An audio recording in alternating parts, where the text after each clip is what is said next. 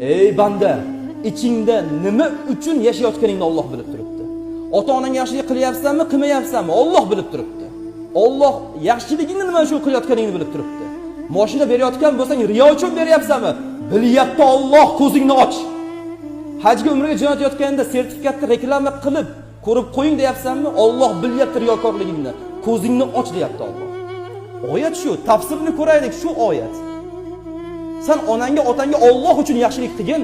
Yig'ishtir riyokorlikni, yig'ishtir ijtimoiy tarmoqqa odamga berayotgan sertifikatingni umraga, hajga yig'ishtir, o'lgandan keyin 40 yillikni dang'illama qilib o'tkazishni Alloh uchun qilgin, riyo aralashtirma. Ota-onaga yaxshilik qilib solih bo'lsalaringiz, fa innahu kana lil awwabin ghafura. Mana shunday tavba qilib, solih bo'lib, ota-onasiga riyo, sum'a emas, Alloh uchun yaxshilik qilarlarni hammasini gunohlarini kechirib yuboraman deyapti Alloh.